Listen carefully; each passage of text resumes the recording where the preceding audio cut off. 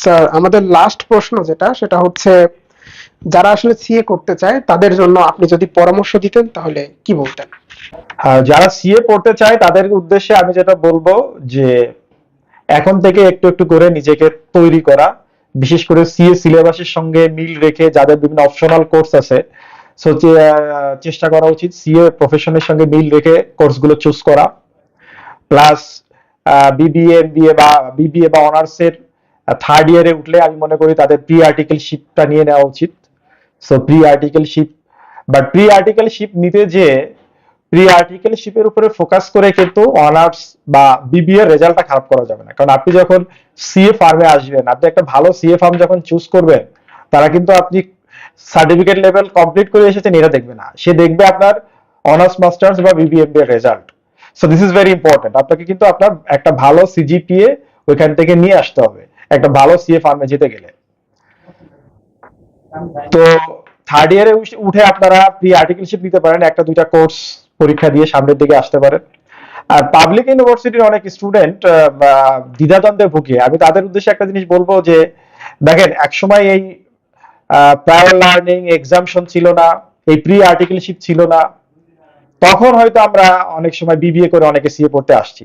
তো যেহেতু আপনাদের এত সুবিধা আছে পাবলিক ইউনিভার্সিটিতে, বিশেষ করে যারা আছেন তারা চাইলে এমবিএ ডিগ্রিটা নিয়ে আসতে পারেন। আপনার তো এখানে আসলে কস্ট খুব কম, কারণ অনেক চাকরি আছে যেখানে মাস্টার্স ম্যান্ডেটরি। যেমন আমি যদি ব্যাংকের ক্ষেত্রে বলি, আপনি যদি একটা ব্যাংকের এমডি হতে চান বা সিইও, এমডি বা সিইও হতে চান, আপনার অবশ্যই অনার্স মাস্টার্স উভয় ডিগ্রি থাকতে হবে।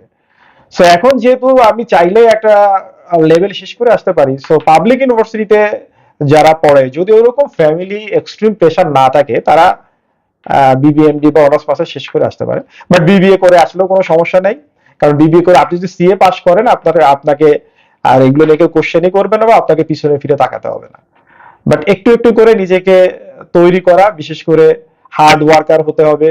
আর কারো যদি ফিনান্সিয়াল ক্রাইসিস থাকে, সো একটু টাকা পয়সা জমানোর চেষ্টা করা। বাট আমাদের এখন যেটা আছে আইসিবি তে, এখন প্রায় 15-20টা স্কলারশিপ চালু আছে, এবং আমাদের 1-2 বছর হলো একটা সুন্দর জিনিস আইসিবি চালু করেছে, কর্জে হাসানা, সেটা হচ্ছে ইন্টারেস্ট ফ্রি লোন। আমরা মেধাবী স্টুডেন্টদের ইন্টারেস্ট ফ্রি লোন দিয়ে থাকি, যে লোনের এগেইনস্টে তাকে কোনো ইন্টারেস্ট দিতে হবে না, সে আর্ন করে যখন করবে তারপরে আস্তে আস্তে প্রিন্সিপালটা শোধ করবে। সো এখন অনেক সুবিধাই আছে। বাট যারা সিএ পড়তে চায় তারা আগে থেকে মাইন্ডসেট ঠিক করতে হবে, আসলে আমি লাইফে কি হতে চাই, আমি সিইও সিএফও হতে চাই, আমি আসলে প্রাইভেট লাইনে নিজের ক্যারিয়ার করতে চাই, এরকম চিন্তা ভাবনা যাদের আছে তারা এখন থেকে প্রস্তুতি নিতে পারেন। বিশেষ করে থার্ড ইয়ারে উঠলেই অনার্স এর প্রি আর্টিকেলশিপটা নিতে পারেন। আর যেটা হচ্ছে যে আপনার এখন থেকে যে সমস্ত আপনার পরিচিত বড় ভাই বোনেরা বিভিন্ন সিএ ফার্মে আছে, তাদের সাথে যোগাযোগ রাখতে হবে, তাদের কাছে টিপস নিতে হবে। এভাবে করে আমার মনে হয় একটা ভালো প্রিপারেশন নিয়ে দেন মাইন্ডসেট ঠিক করে কোনো দ্বিধাদ্বন্দ্ব না রেখে নিজের মধ্যে দেন সিএ পড়তে আসা উচিত। স্যার, আপনাকে অসংখ্য ধন্যবাদ আমাদের এত ব্যস্ততার মধ্যে আমাদেরকে সময় দেওয়ার জন্য। আমরা জানি স্যার আপনি বই লিখেছেন, সো আপনার বইটা নিয়ে জাস্ট সামারি একটু জাস্ট বলতেন। Thank you. আমার বইগুলো নিয়ে যদি বলি, আমি প্রথমে লিখেছিলাম সিএ জীবনের গল্প। সো এই বইটা হচ্ছে একজন স্টুডেন্টের একদম ছোটবেলা থেকে শুরু করে সিএ পাশ করা পর্যন্ত পুরো তার লাইফের গল্পটা এখানে বর্ণনা করা আছে। এবং এই বইয়ের কথা যদি আমি বলি, একটা ইন্টারেস্টিং গল্প আছে আমার বইয়ের এই বইটা নিয়ে।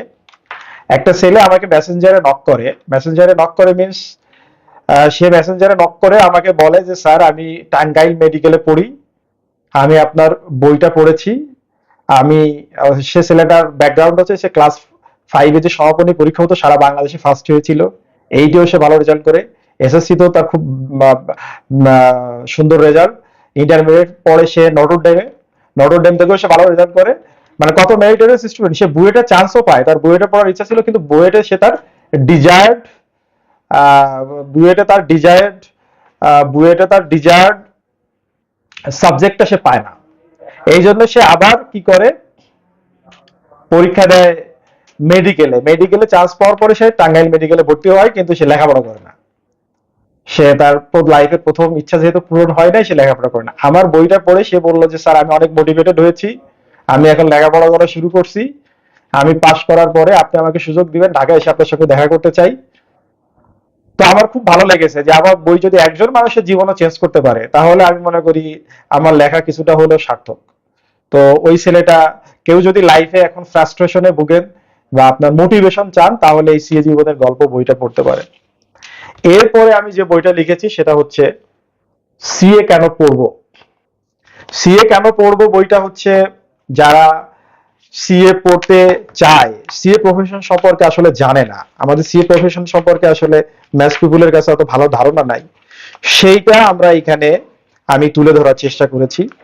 এই বইয়ে আছে যে একজন কিভাবে সিএ পড়তে আসলো, কিভাবে বাস্তব জ্ঞান অর্জন করা যায়, কিভাবে দ্রুত সিএ পাস করা যায়, এখানে যে শিক্ষাবৃত্তি এবং সুদমুক্ত ঋণের সুবিধা আছে, কর্মজীবনের শুরুতে যে অধিক আয় করা যায়, স্বাধীনভাবে প্র্যাকটিস করা যায়, ফরেন অ্যাফিলিয়েশন আছে, যে বিদেশে যে ভালো কিছু করা যায়, টিচিং ট্রেনিং এর সুযোগ আছে, দেশের অর্থনৈতিক উন্নয়নে যে কন্ট্রিবিউট করা যায়, এরকম সবকিছুই বলা আছে। কেউ যদি মনে করে যে আমি সিএ পড়বো বা সিএ পড়ানোর দ্বিধাদ্বন্দ্বে আছে, সেই আমি মনে হয় যে সিএ কেন পড়বো বইটা পড়লেই তার দ্বিধাদ্বন্দ্বটা কেটে যাবে। এই বইটা লেখার পরে আমার মনে হলো যে আমার বই পড়ে অনেকেই সিএ পড়তে আসছে, সো তার আসলে সিএটা কিভাবে পড়া উচিত এই একটা গাইডলাইন তাদের দেওয়া উচিত। সো তখন আমি এই বইটা লিখি, সিএ কিভাবে পড়বো। এই বইয়ে একদম শুরু থেকে শেষ পর্যন্ত সিএ প্রফেশনের সবকিছু আছে, কিভাবে সে তার জীবনের লক্ষ্য ঠিক করবে, কিভাবে সে সিএ ফার্ম নির্বাচন করবে, ঢাকা শহরে কোথায় থাকবে, তার বাসস্থান কিভাবে নির্বাচন করবে, এই যে 3 বছরের আর্টিকেলশিপের যে ম্যাজিকটা কি সেটা তাকে বুঝিয়ে দেওয়া হয়েছে। কাজের সঙ্গে যে পড়াকে সম্পৃক্ত করতে হবে সেটা এখানে আমি আলোচনা করেছি। সিএ ইনস্টিটিউটের কোচিং ক্লাসের কথা বলেছি, এবং 3 লেভেলের সিএ লেখাপড়া এবং এক্সামের আমার যে এক্সপিরিয়েন্স সেটাও আমি এই বইয়ে শেয়ার করেছি। এই বই 3টা আসলে পাঞ্জেরি থেকে বেরিয়েছে, এটা রকমারি বা পাঞ্জেরি অনলাইন বুকশপ, পিবিএস বুকশপেও পাওয়া যায়। আর আমার আরেকটা বই লাস্ট বই মেলাতে এসেছে, এখন আমার কাছে এই মুহূর্তে হার্ড কপিটাই, সেটা হচ্ছে ক্যারিয়ার ইন সিএ। এটা ক্যারিয়ার হিসেবে সিএ কম, আমি এই যে 3টা বইয়ের কথা লিখলাম এগুলো আসলে মূলত স্টুডেন্টদের কথা মাথায় রেখে লেখা। অনেকে চিন্তা করে যে ক্যারিয়ার হিসেবে আমি যদি সিএ কে ক্যারিয়ার হিসেবে নিতে চাই, চাকরি করতে বা প্র্যাকটিস করতে যাই করতে চাই না কেন, ক্যারিয়ার হিসেবে সিএ কেমন, তাদের কথা চিন্তা করে আসলে আমি ওই বইটা লিখেছি, ক্যারিয়ার ইন সিএ। ওই বইটা এসেছে শব্দশৈলী প্রকাশনী থেকে। তো এই বইগুলো লেখার আসলে মূল উদ্দেশ্য হচ্ছে, আপনারা জানেন যে একজন চার্টার্ড অ্যাকাউন্টেন্টের মানে আমার যে আর্নিংস, মোটামুটি এটা দিয়ে আমার সবকিছু চলে যায় আর কি, আলহামদুলিল্লাহ। সো বইয়ের আর্নিংস থেকে যে আমাকে আসলে অনেক কিছু করতে হবে, নট লাইক দ্যাট।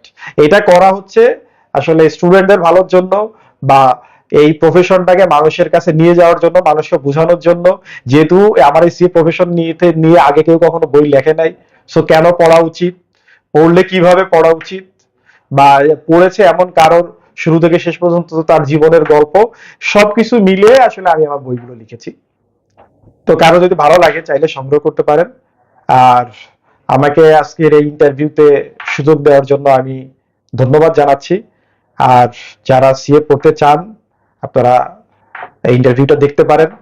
আপনাদের আমি আশা করি আপনাদের অনেক কোশ্চেনের আনসার আপনারা পাবেন, বা আমার বইগুলো পড়লেও আরো অনেক আনসার পাবেন। আইসিএবির ওয়েবসাইট আপনারা দেখতে পারেন। তো সবকিছু মিলিয়ে মনে হয় আপনারা আপনাদের ডিসিশন নিতে পারেন।